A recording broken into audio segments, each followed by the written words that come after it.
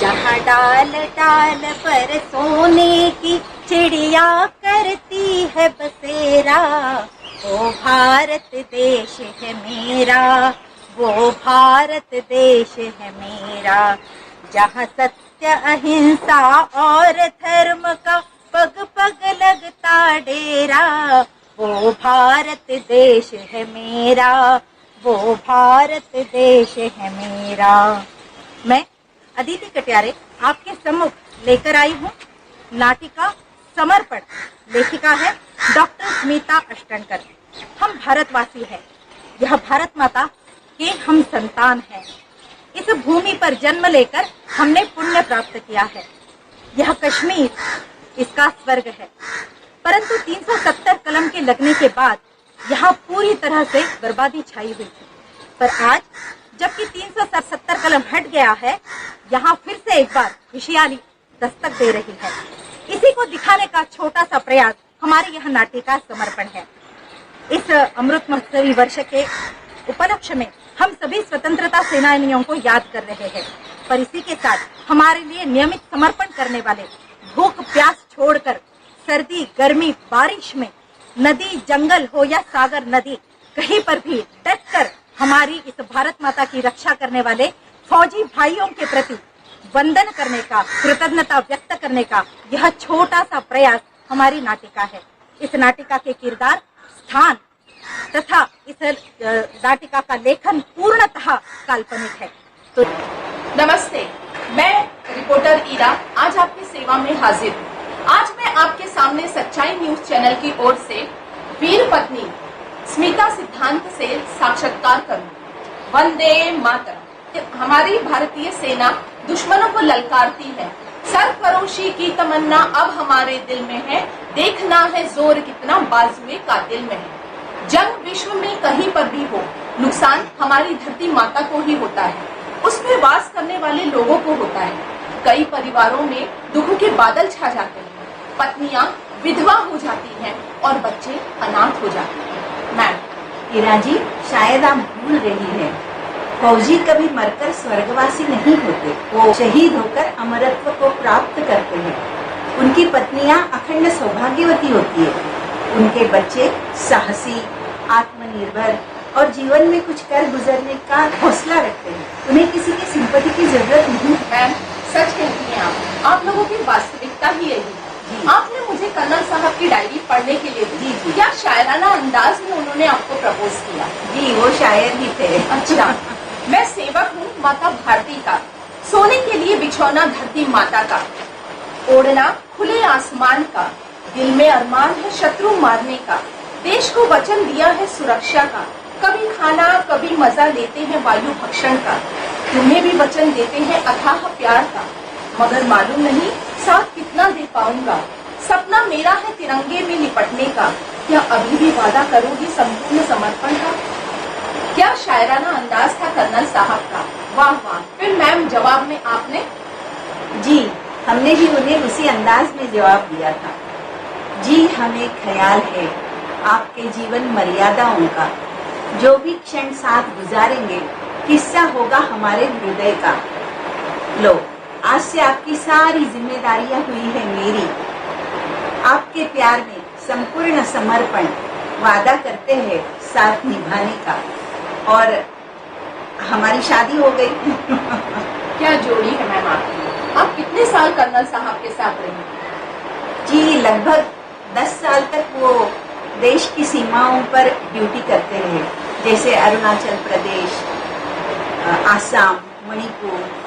लेकिन जब वो घर पे आते थे ना, तब हम उत्सव मनाते थे। मैं बच्चों को उनके घर पे आने के सपने दिखाकर लोरी सुनाती थी।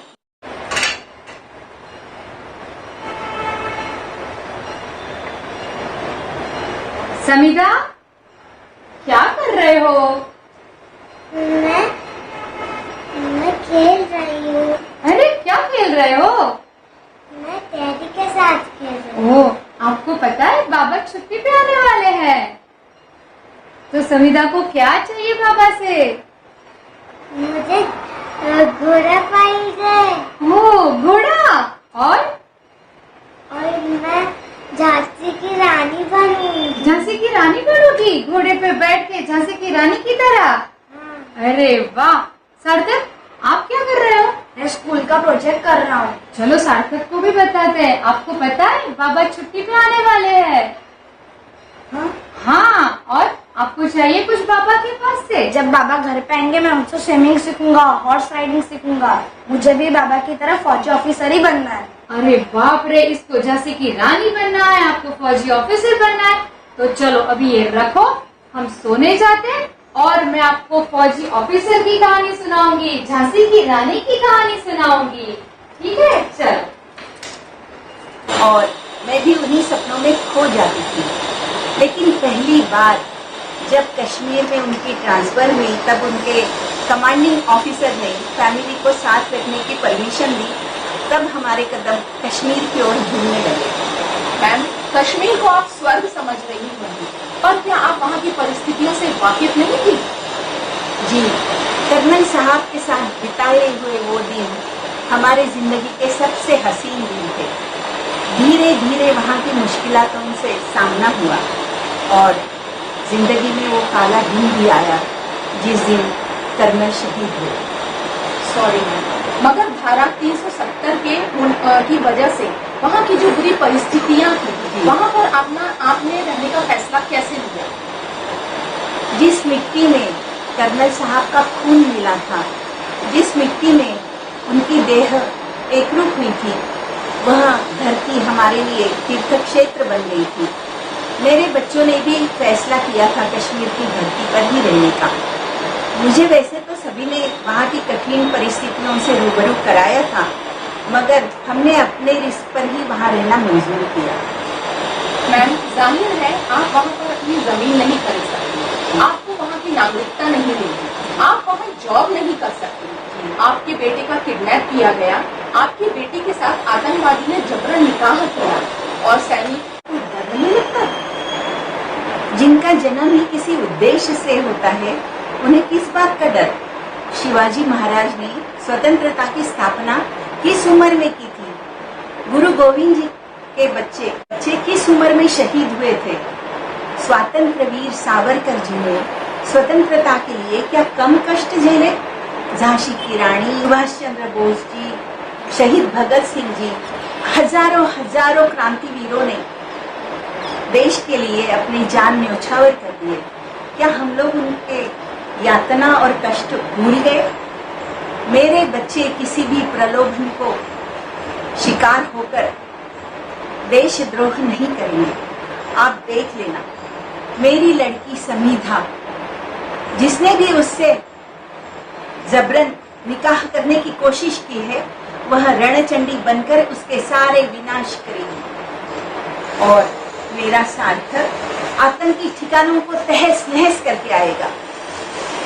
धारा 370 का जनाजा जरूर निकलेगा और कश्मीर की इस भूमि के आसमान में तिरंगा शान से लहराएगा।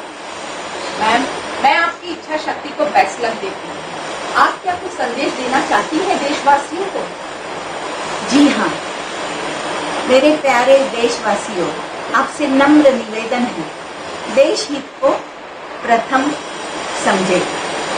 अगर भारत माता ही नहीं रही तो किसके आंचल से खेलोगे? एकता की ताकत को पहचानो, स्वदेशी को अपनाओ, आतंकियों से कठोरता से निपटने का संकल्प लो और अगर अपनी भारत माता फले फूले ऐसा लगता हो तो स्वतंत्रता की देवता को रक्ताभिषेक की ही जरूरत पड़ती है। इसलिए कटिबद्ध रहे और अपने फौजी बहन भाइयों से सबूत ना मांगो, उन पर विश्वास रखो, उनका समर्थन करो। मैम, मैं आपकी और आपके बच्चों के साहस को सैल्यूट करती हूँ और आशा करती हूँ कि आपके बच्चे जल्द वापस आए। जय हिंद। Thank you. बड़ी मम्मी आ गया तू? हाँ, अच्छा। मिहिर जीजा जी ने आपके लिए सामान भिजवाया है और ये रही आपकी दवाइयाँ। चिनार, तुझे कितनी बार कहा है बेटा, मिहिर को जीजाजी मत कह। तू तो सारी कहानी जानता है ना। मगर बड़ी मम्मी समझो, कुछ बात तो जरूर है। जब मैं अपनी दवाई लेने दुकान पे गया तो वो अपने दोस्तों से बोलने लगे, ये देखो मेरा साला आधा घर वाला। अच्छा, जब पहली बार मैंने भी समीधा और मीर को एक साथ देखा था, अच्छा, तो मेरे मन में भी सिद्धांत और मेरी पहली मुलाकात झांकने लगी थी। सिद्धांत के साथ मैं बहुत खुश थी, वैसे ही समीधा और मिहिर को देख के भी बहुत खुश हुई थी। पहली बार मेरे मन में खुशी की लहर दौड़ रही थी, मगर सुख, शांति, समाधान सब मिलने के लिए भी तो भाग्य की जरूरत होती है ना। बड़ी मम्मी अब मायूस अच्छी नहीं लगती, थोड़ा हंस लीजिए, कभी तो खुशी दरवाजे पर दस्तक देगी ना। अच्छा, कितना अच्छा होता ना अगर तू पाकिस्तानी होता। तुझे इस हिंदुस्तानी लड़की भी मिल जाती और जमीन जुमला भी, तेरे आपको की तो लॉटरी लग जाती। ना पापा ना, भारत माता के सर पर ये बोझ, ये धारा 370, इसकी शूर न खाए तो देखो, पलती है हमारे पैसों पे और नैन मटकाती है पाकिस्तान से। देशद्रोही आतंकियों से निभाती है दोस्ती, हमारी थाली में करती है छेद। वहाँ की लड़की को यहाँ के लड़के के साथ बसे नहीं देंगे, पर पाकिस्तानी इनके घर दामाद अपनी जेब की प्रॉपर्टी समझकर बिना ही संविधान के हम पर थोपाई गई है। इससे देश का कोई फायदा तो नहीं बल्कि नुकसान ही नुकसान है। मैं शादी तो अवश्य करूंगा, मगर किसी झांसी की रानी से। अच्छा। जो पाकिस्तान में घुसकर सबक सिखाएगी। अच्छा, तो तूने लड़की देख रखी है या हमें ढूंढनी पड़ेगी? अरे इतनी भी जल्दी क्या है, थोड़ा सा इंतजार, उसके बाद समाचार। चिराग, कहाँ है? बाहर निकल, बाहर निकल, बोल। क्या हुआ? आज मैं तेरी जान लेकर आऊंगा। अरे पर मैंने किया क्या? बता तेरी जेब में पैसे कहाँ से आए? बता। अरे बड़ी मम्मी, अम्मी जान, 3-4 दिन बाद आपको सब पता लग जाएगा। अभी मैं कुछ काम से बाहर जा रहा हूँ। नहीं चिराग, तू कहीं नहीं जा सकता। अरे सुन तो।